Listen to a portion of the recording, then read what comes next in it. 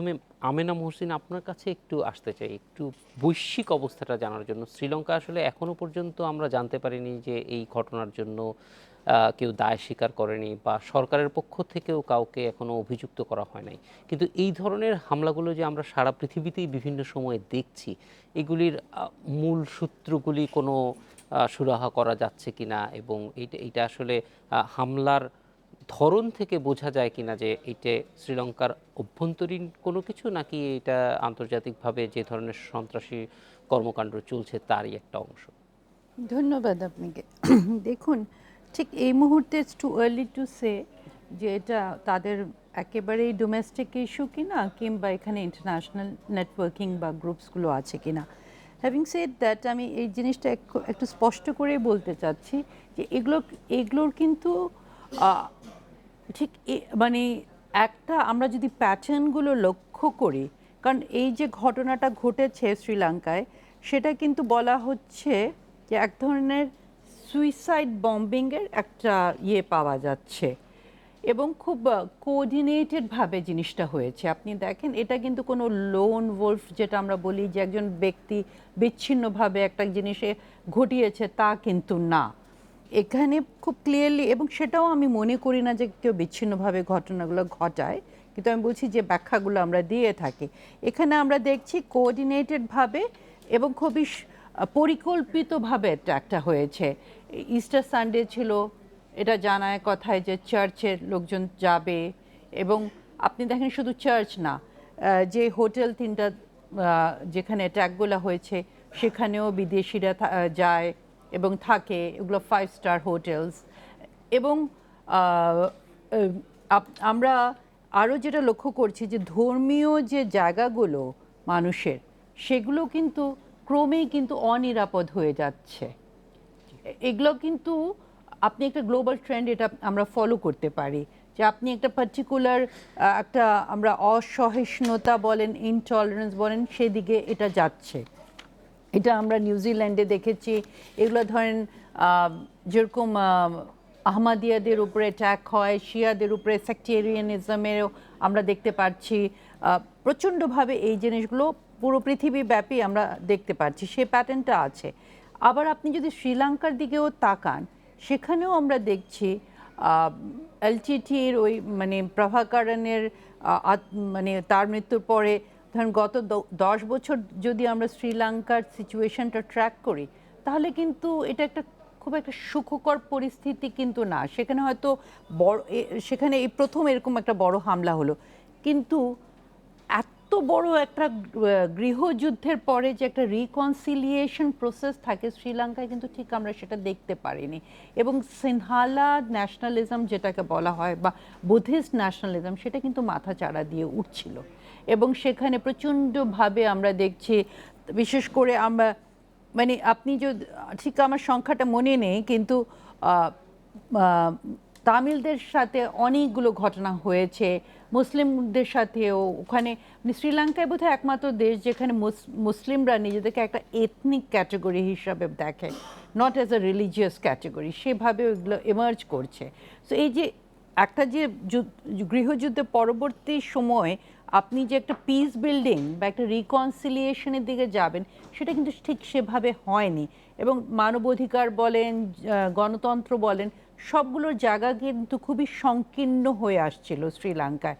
তো সেইরকম একটা পরিস্থিতি কিন্তু একটা স্পেস তৈরি করে দেয়, যেখানে এই ধরনের গোষ্ঠীগুলো মাথা চাড়া দিয়ে উঠছে। আপা, এটা অবশ্য ঠিকই যে যদি আমরা লক্ষ্য করি যে শ্রীলঙ্কা গত কয়েক মাসে রাজনৈতিক অস্থিরতার একটা প্রকাশ ছিল। গত বছর মার্চে আমরা দেখেছি যে মুসলমানদের উপরে হামলা হয়েছে, সেই সময়ও কারফিউ জারি করা হয়েছিল। ফলে একটা মানে একটা পরিস্থিতি না, তৈরি এটা গত হচ্ছিল। 2-1 বছরের ঘটনা না কিন্তু। জি। ধরেন, আমি বলছি তাদের গৃহযুদ্ধ শেষ হওয়ার পরের যদি আমরা পরিস্থিতিটা একটু মনিটর করি, তাহলে আমরা দেখব যে সেখানে খুব একটা গণতন্ত্রের যে জায়গাগুলো, স্পেসগুলো, বা আমরা যেটা বলি নাগরিক সমাজের যে জায়গাগুলো বা মানবাধিকারের যে স্পেসেসগুলো, এগুলো কিন্তু সংকীর্ণ হয়ে আসছিল। এবং ক্রমেই আমরা দেখছিলাম যেটাকে আমরা ধরেন উগ্র একটা জাতীয়তাবাদ মাথা চাড়া দিয়ে উঠছিল, এবং সেই জাতীয়তাবাদটা কিন্তু সিনহালা বুদ্ধিস্ট ন্যাশনালিজম ছিল। তাদের জাতীয়তাবাদটা কিন্তু ধর্মভিত্তিক ছিল, যেখানে বুদ্ধিজমকে সামনে আনা হচ্ছিল। সেটা সিনহালা যখন গৃহযুদ্ধ চলছিল তখনও সেটা ছিল, কিন্তু এর পরবর্তী সময়ে কিন্তু আমরা আশা করেছিলাম সেটার হয়তো অবসান হবে, কিন্তু সেটা হয়নি। আম, মোহাম্মদ আলী শিকদার, আপনার কাছে একটু নিরাপত্তার দিক থেকে আসতে চাই যে এই ধরনের ঘটনাগুলি আমরা এই অঞ্চলে প্রায় সব কয়টা দেশেই আমরা কম বেশি হতে দেখেছি। ফলে এইটা এবং শ্রীলঙ্কার ব্যাপারটা 10 দিন আগেও পুলিশের পক্ষ থেকে একটা সতর্কতার কথা স্বীকার করা হয়েছে যে তারা সতর্কতা জারি করেছিলেন বা এই ধরনের একটা ঘটনা ঘটতে পারে এবং একদম সুনির্দিষ্টভাবে গির্জায় হামলা হতে পারে এরকম তথ্য তাদের কাছে ছিল। ফলে এইরকম ক্ষেত্রে প্রস্তুতি কীরকম থাকা দরকার, এখান থেকে মানে আমাদের শিক্ষণীয় কি আছে? দেখেন, ঘটনা যেভাবে যতটুকু এই পর্যন্ত আমরা জেনেছি তাতে যে আপনি যে কথাটি বলেছেন যে একটা বার্তা ছিল পুলিশের কাছে, তো পুলিশের কাছে বার্তা থাকলে সেই ঘটনাটাকে প্রতিহত করবার জন্য নিশ্চয়ই আমাদের ধরেই নিতে হবে যে সেদেশের পুলিশ বাহিনী বা গোয়েন্দা সংস্থা তাদের ক্যাপাসিটি অনুযায়ী যথেষ্ট সতর্কতা অবলম্বন করেছিল, কিন্তু সেটি ভেদ করেই তো ঘটনাটি ঘটিয়েছে। তবে আমরা যদি এই জঙ্গি সন্ত্রাসী সেটা যে নামেরই হোক, বিশেষ করে ইসলামিক জঙ্গি সংগঠনগুলোর ক্যাপাসিটি যদি আমরা বিগত দিনে দেখে থাকি, সেখানে একটা জিনিস কিন্তু আমাদের কাছে পরিলক্ষিত হয়েছে বিগত সময়ের ঘটনার জায়গা থেকে, যে রাষ্ট্রীয় সংস্থাগুলো প্রত্যেকটা রাষ্ট্রের নিরাপত্তার জায়গা থেকে যখন এই ধরনের হুমকির চিন্তা থাকে বা হুমকি থাকে যে এই ধরনের একটা সন্ত্রাসী জঙ্গি গোষ্ঠীর আক্রমণ হতে পারে, তখন রাষ্ট্রযন্ত্র তাদের সংস্থাগুলো তাদের যত ধরনের আপনার বিশেষজ্ঞ জ্ঞান বলেন বা তাদের প্রশিক্ষণ বলেন, তাদের পেশাগত দক্ষতা বলেন, যা কিছু বলেন, সব ধরনের ব্যবস্থা নেয়। এখানে একটা জিনিস পরিষ্কারভাবে দেখা গেছে যে যারা এই আক্রমণটি করেন তারা কিন্তু এই রাষ্ট্রীয় সংস্থার যে প্রোটেকশন মেজার, ডিফেন্স মেজার, এটি তারা অ্যানালাইসিস করেন। অ্যানালাইসিস করে তারা নতুন একটি কৌশল অবলম্বন করেন এবং নতুন কৌশল অবলম্বন করে তারা তাদের যে লক্ষ্য এবং যে কৌশল, সেটা আত্মঘাতী বোমা হামলা অথবা গ্রেনেড সেটি তারা চালিয়ে থাকেন। সে কারণে দেখা যায় যে বড় বড় শক্তিশালী রাষ্ট্রগুলো, যারা তাদের গোয়েন্দা সংস্থা অতি শক্তিশালী, নিরাপত্তা ব্যবস্থা অতি শক্তিশালী। আপনাকে যদি আমি মনে করি একটু বিগত দিনের ঘটনা, 2013 সালে প্রবাবলি, আমি যদি ভুলটা না হয়ে থাকে সালটা 2013, ব্রাসেলসের বিমানবন্দরে একেবারে জঙ্গিরা ভিতরে ঢুকে যেয়ে একেবারে সেখানে বোমা বিস্ফোরণ ঘটায়। ব্রাসেলস কিন্তু ইউরোপের অন্যতম একটি মানে কেন্দ্রস্থল। এখানে ইউরোপীয় ইউনিয়নের হেডকোয়ার্টার, ন্যাটো বাহিনীর হেডকোয়ার্টার।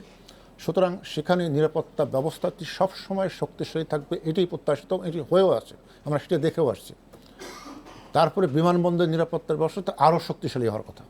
তো আমরা দেখলাম সেই সমস্ত নিরাপত্তা ব্যবস্থা ভেদ করে জঙ্গির ভিতরে ঢুকে গেল, হত্যাকাণ্ড চালালো এই বোমা বিস্ফোরণ। সুতরাং এইখানে শ্রীলঙ্কার বিষয় আমার ধারণা এরা অনেক দিন ধরে পরিকল্পনা এবং সুপরিকল্পিতভাবে রাষ্ট্র নিরাপত্তা সংস্থা কী কী ধরনের ব্যবস্থা নিয়েছে তারা পর্যালোচনা করে তারা এমন একটি কৌশল অবলম্বন করেছে যেটি রাষ্ট্রের সংস্থা সেটি ডিটেক্ট করতে বা সেটি অনুমান করতে পারেনি বা ধারণা করতে পারেনি। সুতরাং এই ঘটনা ঘটেছে। কিন্তু এইখানে আমরা বলবো বাংলাদেশ কিন্তু একটা উদাহরণ সৃষ্টি করেছে, কারণ এই যে জঙ্গিদের যে কৌশলটি, এটা কিন্তু almost common to all over the world আমরা দেখেছি। সেখানে বাংলাদেশ কিন্তু সফলভাবেই মানে 2016 সালের জুলাই মাসের যে হোলি আর্টিজান ঘটনার পর থেকে এই কয় বছর অনেকগুলো, আমি বলবো যে অনেকগুলো জঙ্গির আক্রমণের পরিকল্পনা একেবারে প্রাথমিক পর্যায়ে এটি তাদের গোয়েন্দা নেটওয়ার্ক বলেন, যেভাবে তাদের নেটওয়ার্ক ধরা পড়ে এবং তারা নিষ্ক্রিয় করতে বা তাদের গ্রেপ্তার করতে বা তাদের মোকাবেলা করতে সফলভাবে সক্ষম হয়েছে। সুতরাং এই জায়গাটায় বোধহয় শ্রীলঙ্কার সমস্যাটা হয়েছে। তবে এখানে একটা জিনিস বোধহয় আমাদের লক্ষ্য করা দরকার, যে যদিও এখন এই পর্যন্ত কোনো পক্ষ থেকেই এটা দায়িত্ব স্বীকার করা হয়নি, সাধারণত আমরা দেখেছি এর আগে শ্রীলঙ্কায় কিন্তু 2009-এর আগে অনেক রকম আত্মঘাতী বোমা হামলা হয়েছে, সেটা মোস্ট অফ দ্য টাইম হয়েছে তামিল টাইগারদের পক্ষ থেকে, এবং তারা কিন্তু এই বোমা হামলার পরেই দায় দায়িত্ব স্বীকার করে একটা ঘোষণা দিতেন। কারণ এই সমস্ত জঙ্গি সংগঠন বলেন বা যারা এই ধরনের সশস্ত্র বিদ্রোহ করেন, তাদের সবসময় একটা লক্ষ্য থাকে যে তাদের শক্তিমত্তাকে প্রচার করার জন্য, বিশ্বের দৃষ্টি আকর্ষণ করবার জন্য। সুতরাং তারা এরকম একটা ঘটনা ঘটিয়ে দিয়ে সারা বিশ্বকে জানান দিতে চান যে আমাদের শক্তি কম নয়, আমরা এই ধরনের ঘটনা যে কোনো জায়গায় ঘটাতে সক্ষম, আমাদের বিরুদ্ধে যারা আছেন তাদেরকে একটা বার্তা দেওয়া। এইখানে কিন্তু এই ঘটনা ঘটেনি, এবং আপনি দেখবেন যে এখানে টার্গেট কারা। টার্গেট কিন্তু এটা মোটামুটি বোঝা যাচ্ছে যে খ্রিস্টান সম্প্রদায়ের উপরে টার্গেটটা হয়েছে। তো খ্রিস্টান সম্প্রদায়ের টার্গেট হলে দুটি জায়গায় এখানে আছে লক্ষ্য করার। একটি হলো এই খ্রিস্টান যারা, এরা কিন্তু বিদেশি লোক 35 বা 40 এরকম একটা ধারণা করা হচ্ছে, but most of them are সিনালিজ। সুতরাং এখানে কিন্তু একটি সন্দেহের তীর চলে যাচ্ছে তামিল টাইগারদের দিকে।